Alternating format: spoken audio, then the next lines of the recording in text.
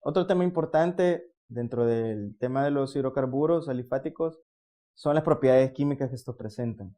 Y vamos a hablar o enfocarnos principalmente en esta oportunidad con el tema de los alcanos. ¿Cuáles son las funciones o las propiedades químicas que ellos presentan, las más importantes? Y tenemos, tal como lo podemos ver en la diapositiva, tenemos tres tipos de reacciones químicas, que son la halogenación, las reacciones de combustión y las reacciones de cracking. Para el caso de las reacciones de halogenación, sabemos que son reacciones de sustitución que principalmente se dan en los átomos de hidrógeno que se sustituyen por cloro o por bromo. También en las reacciones de combustión tenemos que son aquellas reacciones en las que se da la conversión de un alcano en subproductos que son el CO2 y agua. Y por último, las reacciones de cracking, que son aquellas rupturas de moléculas de un gran tamaño molecular, que son características de, o que se encuentran principalmente en el petróleo crudo, y que por medio de este proceso de cracking van reduciendo su peso molecular hasta llegar a moléculas de un pequeño peso molecular que son más fácilmente trabajables. Para el caso de las reacciones de halogenación, son reacciones de sustitución, como lo mencionamos anteriormente, en las cuales los alcanos reaccionan con cualquiera de los elementos que conforman la familia de los halógenos, ya sea yodo, bromo o incluso cloro, ¿verdad? Y hasta a veces con flúor, solamente que lo que los diferencia es el tipo de reacción que se puede obtener con cada uno de ellos. Para el caso del yodo, las reacciones son sumamente lentas. Con el caso del bromo y del cloro, las reacciones son mucho más manejables y son más controladas. Para el caso del flúor, las reacciones suelen ser sumamente rápidas y violentas. Por lo tanto, la generalidad es que las reacciones de halogenación se lleven a cabo utilizando bromo y cloro. Esas reacciones se llevan a cabo por formación de radicales y se requieren tres pasos principales para poder llevarse a cabo. Es decir, estas reacciones no se llevan a cabo en un solo paso, sino que se van dando paulatinamente, en el siguiente orden. El primer paso de este tipo de reacciones es el paso de iniciación. Por medio de la presencia de irradiación de luz ultravioleta, se va a dar la ruptura de los enlaces de las moléculas de cloro. Es decir, tenemos, como lo podemos ver en la diapositiva, tenemos cloro molecular que está compuesto por dos átomos de cloro y en presencia de la luz ultravioleta va a dar como resultado la ruptura formando dos radicales de cloro. Como lo podemos ver acá, son dos átomos de cloro con un electrón que está suelto. Este electrón lo que va a provocar es que este radical sea sumamente reactivo, es decir, va a provocar la reacción con otros compuestos que puedan estar presentes en nuestro sistema de reacción. El segundo paso es el paso de la propagación. En este paso, uno de los radicales del cloro, como lo pudimos ver anteriormente, que está libre, ¿verdad? Con ese electrón disponible, va a chocar con una molécula del metano. Y lo que va a provocar es que va a provocar la remoción de un átomo de hidrógeno, como lo podemos ver en la diapositiva, donde el radical de cloro va a sacar a un átomo de hidrógeno de la molécula del metano y va a formar un radical metilo, como lo podemos ver acá.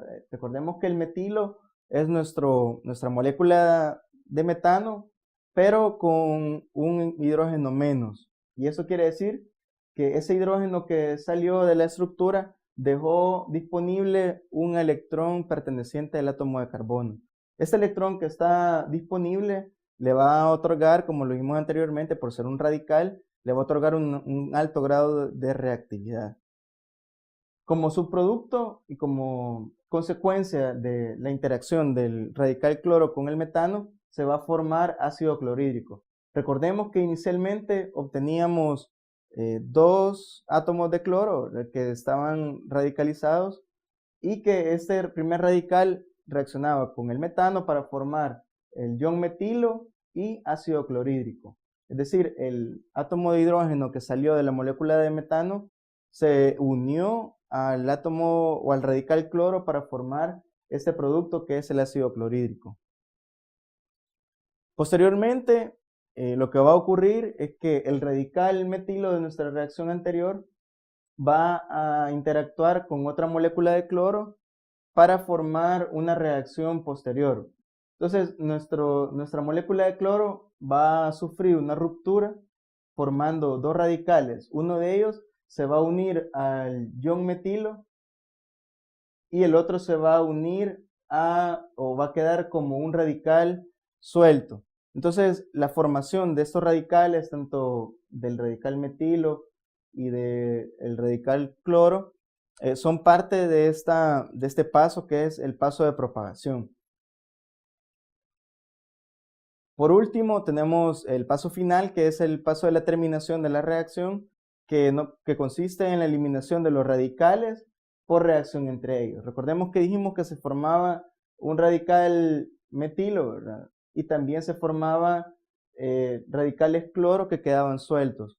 Estos a su vez, recordemos que estamos hablando de un sistema en el cual se encuentran varios moles, tanto de metano como de cloro molecular, reaccionando entre sí. Entonces en algún momento las moléculas de cloro van a reaccionar con todas las moléculas del metano para formar diferentes radicales. Cuando ellos se encuentran entre sí, por ejemplo, dos radicales metilo se van a unir para formar el etano, que es un alcano de dos átomos de carbono. También los radicales cloro se van a unir para formar cloro molecular y por último se va a llevar a cabo la obtención del producto que nosotros estamos pretendiendo conseguir, que es la formación o la unión del metil con el radical cloro para formar el cloruro de metilo, que es el producto final de este tipo de reacciones de halogenación. Entonces, este mecanismo aplica para la halogenación de los alcanos en general, independientemente de la cantidad de carbonos que estos puedan presentar. Otra reacción importante de los alcanos son las reacciones de combustión. En estas ocurren cuando los alcanos se han utilizado como un combustible. Entonces, cuando nosotros sometemos a un proceso de combustión a un alcano, lo que va a ocurrir es la formación de productos que los podemos resumir como CO2 y agua. Y tenemos la ecuación general acá arriba, ¿verdad? Donde tenemos la fórmula general de los alcanos, recordemos que es CnH2n más 2. Es decir, que son compuestos que poseen una cantidad de carbonos y de hidrógenos, en la cual los hidrógenos es el doble más 2 de la cantidad de átomos de carbono. Por lo tanto, tenemos la fórmula general para cualquier alcano, donde interactúa con una cantidad de moles de oxígeno. Y la cantidad de moles está dada por la reacción siguiente, que es 3n más 1 entre 2. Recordemos que el n va a corresponder siempre a la cantidad de átomos de carbono que presenta nuestro compuesto. Y dentro de la reacción general podemos ver que los productos que se forman es una cantidad n de CO2 y una cantidad n más 1 de moléculas de agua. Para aclarar un poco más esta fórmula general tenemos el siguiente ejemplo. Tenemos la molécula de metano, que es un gas, donde podemos ver que posee un átomo de carbono y la cantidad correspondiente de átomos de hidrógeno a la fórmula general. Si sustituimos 1 en la fórmula general para obtener la cantidad de hidrógenos, nos vamos a dar cuenta que es igual a 2 más 2. Como resultado es 4 átomos de hidrógeno. Cuando, obviamente, para que ocurra un proceso de combustión necesitamos la presencia de un comburente, que en este caso es el oxígeno. Y la cantidad de oxígeno, de moles de oxígeno que vamos a utilizar está dado por la fórmula general, donde solamente vamos a sustituir en lugar de n la cantidad de carbonos que posee nuestra molécula de alcano, que sería de 1. Entonces en la fórmula general sustituimos n por 1 y nos quedaría a 3 más 1 entre 2. 3 más 1 es igual a 4 entre 2, que nos daría un coeficiente de igual a 2. Para el caso del CO2, en este caso sustituimos n y nos quedaría 1. Sabemos que cuando el coeficiente es 1, no lo escribimos. Y para el caso de las moléculas de agua, sabemos que sustituyendo n por 1 nos queda una cantidad igual a 2 moles de agua en nuestra reacción.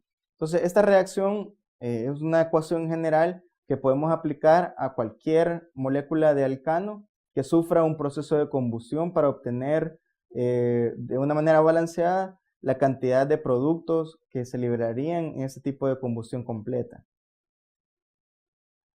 Por último, tenemos las reacciones de pirólisis o de cracking. Estas reacciones, como mencionábamos anteriormente, corresponden a la descomposición de una sustancia por medio de la aplicación de calor y se da principalmente cuando se lleva a cabo el procesamiento del petróleo crudo, para obtener diferentes subproductos.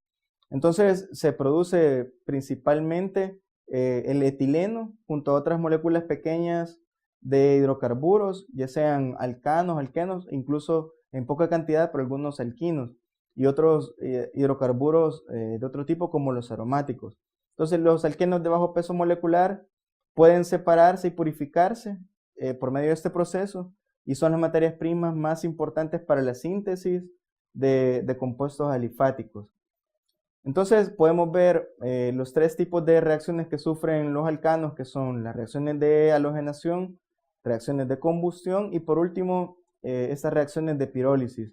Hasta aquí me quedo por ese momento, les agradezco la atención prestada a mi exposición y nos vemos en la próxima.